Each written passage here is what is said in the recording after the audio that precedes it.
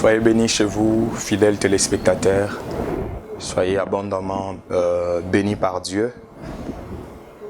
Aujourd'hui, nous nous rencontrons encore. C'est encore une fois votre frère Aris Tony Katumbaï avec ATK Édification. Nous continuons, cette fois-ci, nous sommes encore dans notre rubrique de la parole interprétée.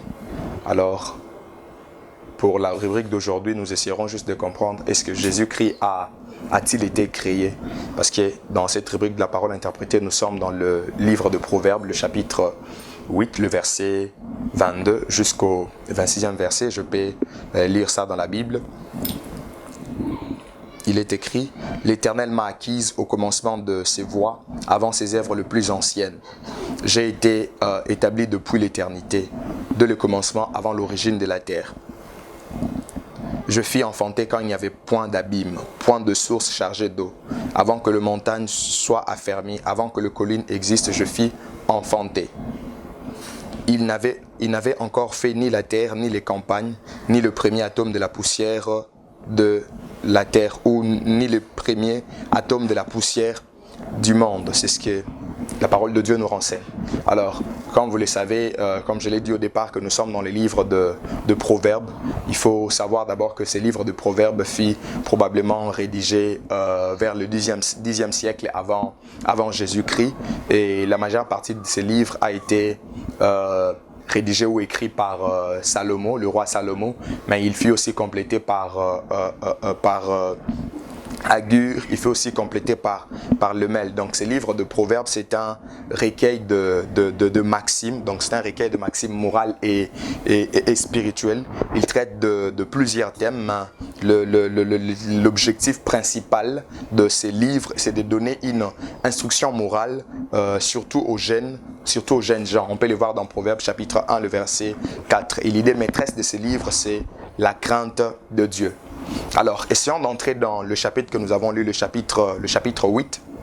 Dans ces chapitres, nous voyons où ça fait partie en fait des exhortations paternelles. Ce sont des exhortations paternelles adressées principalement aux jeunes.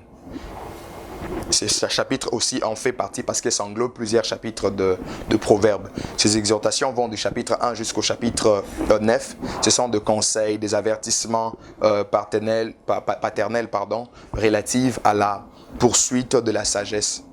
On peut dire qu'il s'agit ici dans ces textes, dans ces chapitres 8, de la sagesse personnifiée. Lorsqu'on parle de la sagesse personnifiée, c'est-à-dire qu'on parle de la sagesse en tant qu'une personne. Et lorsque nous mettons en parallèle le texte que nous avions lu de Proverbes chapitre 8, surtout le verset 22, lorsque nous le mettons en parallèle avec plusieurs autres textes de la Bible comme celui de Jean chapitre 1, le verset 1 à 3, 1 Corinthiens chapitre 1, le verset 23 à 24, Colossiens 2, verset 2 à 3, quand on le met en parallèle, nous trouvons que ces textes de Proverbes peuvent concerner le Fils éternel de Dieu. Donc ici, la sagesse est infiniment plus qu'un attribut divin ou une expression de la volonté de Dieu pour le bien de l'homme. Donc nous pouvons juste dire que cette sagesse est une préfiguration précise de Christ. Donc on est en train de préfigurer Christ par la sagesse. Et avec le verset 22, parce que c'est là qu'on avait commencé, plusieurs personnes ont eu à conclure que Christ est le fruit de la création, divine, c'est-à-dire que Jésus-Christ a été créé par Dieu, ou encore il est une créature. C'est une conclusion que plusieurs se donnent en lisant le verset 22 où il est écrit « L'Éternel m'a acquise au commencement de ses voies, avant ses œuvres le plus anciennes ». Alors, affirmer cela, nous pensons que ça ne cadre pas. Nous pensons que c'est une offense à la personne de Dieu. Cette conviction, elle est complètement fausse, elle est erronée de dire que Christ a été créé, Christ est une créature de Dieu. Pourquoi? Parce que ça ne cadre pas avec les autres textes de la Bible. D'ailleurs, je peux vous donner plusieurs preuves sur ça. Premièrement, je vous dirais que c'est cette conclusion de dire que Christ est créature de Dieu, c'est erroné. Premièrement parce que vous remarquerez que dans le verset 24 et dans le verset 25, on dit que cette sagesse qui représente Christ a été enfantée, engendrée par Dieu. Et si nous disons que le verset 22 est en train d'affirmer que Christ a été créé, c'est-à-dire que cette sagesse a été créée, c'est-à-dire que nous amenons la contradiction dans un seul chapitre de la Bible. Or, la Bible ne se comprend pas ainsi.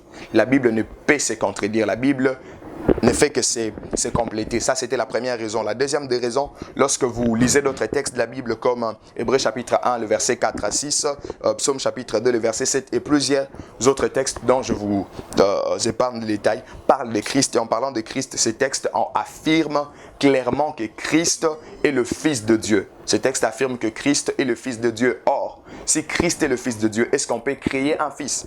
En réalité, on ne peut pas créer un fils. Plutôt, on enfante un fils ou on l'engendre.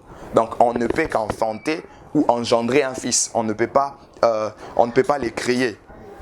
On ne peut pas les créer. C'est-à-dire que Christ, il est sorti du Père. Christ est engendré du Père.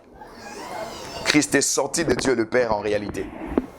Essayons d'analyser encore profondément le verset 22, parce que ce qui pose problème à d'autres croyances ou aux études d'autres personnes, c'est le terme possédé, parce qu'on a clairement dit que l'Éternel m'a acquise au commencement de ses voies. D'autres versions écrivent l'Éternel m'a possédé. Et ceux qui croient que Christ a été créé par Dieu, en fait, parlent de ces verbes, parlent de posséder comme étant créé. Or que ce n'est pas le cas. Lorsqu'on dit que l'Éternel m'a possédé, si vous rentrez dans les termes hébreux, vous verrez que là qu'on parle de posséder, c'est le verbe kana. Et le verbe kana en hébreu, il peut être traduit en français par fonder, il peut être traduit par établir, il peut être traduit par acquérir ou encore acheter, ou il peut aussi être traduit par donner l'être. C'est-à-dire que ces verbes ne peuvent jamais être traduits par créer. Parce que chez les Hébreux, s'il faut parler de créer, on emploiera le verbe bara. Et ici, ce n'est pas le verbe bara qui est mentionné. Vous pouvez vérifier, c'est plutôt kana.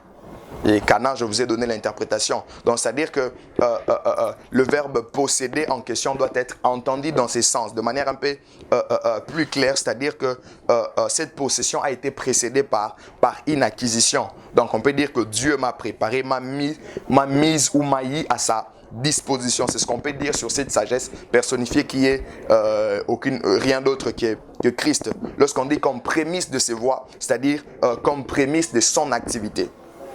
Et lorsqu'on dit comme prémisse de ses œuvres, lorsqu'on dit comme prémisse de ses œuvres, c'est-à-dire première de ses œuvres, c'est-à-dire que antérieure à ses œuvres.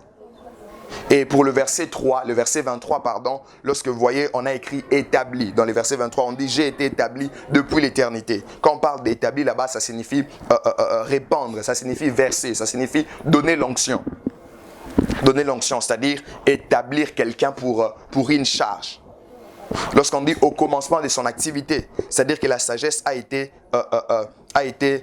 présentée comme existant auprès de Dieu avant la création du monde. Donc cette sagesse a existé auprès de Dieu avant la création du monde. C'est dans ces termes analogues que l'évangile de Jean parle du verbe ou de la parole de Dieu.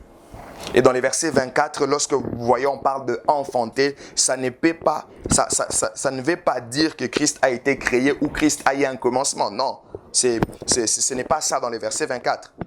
Ces textes décrivent juste dans un langage poétique l'existence éternelle du Fils et de sa personnalité distincte de celui du Père.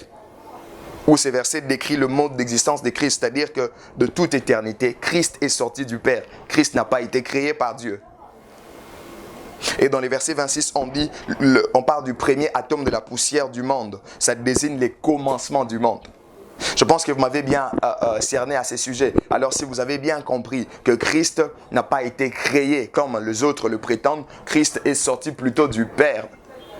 Parce qu'il est comme le Père. On peut juste retenir ces quelques vérités avant que nous puissions nous séparer. Premièrement, nous pouvons dire que Christ n'a pas de commencement. Lorsque vous lisez Jean chapitre 1, les versets 1, la Bible dit « Au commencement était la parole était avec Dieu et la parole était Dieu. » Donc cette parole a existé avant le commencement. Christ n'a pas de commencement. Ça va dans le même sens que Proverbe chapitre 8, verset 22. Deuxièmement, Dieu n'a jamais existé sans la qualité ou l'attribut de la sagesse. Troisièmement, ça veut aussi dire que Dieu n'a jamais existé sans la personne de son Fils. Donc l'existence de Dieu est aussi attachée à la personne de son Fils, Jésus-Christ, parce que nous croyons que Dieu est Père, Fils et Saint-Esprit. Quatrièmement, nous pouvons dire que Christ n'est pas une créature de Dieu. Christ n'a pas été créé par Dieu, mais au contraire, il est créateur comme Dieu le Père. Que Dieu vous bénisse, retenez tout ça sur Christ. Christ n'a pas été créé, Christ est le créateur, Christ est Dieu. Laisse que la paix de Christ vous soit donnée et qu'il vous accorde une vie en abondance. Au revoir.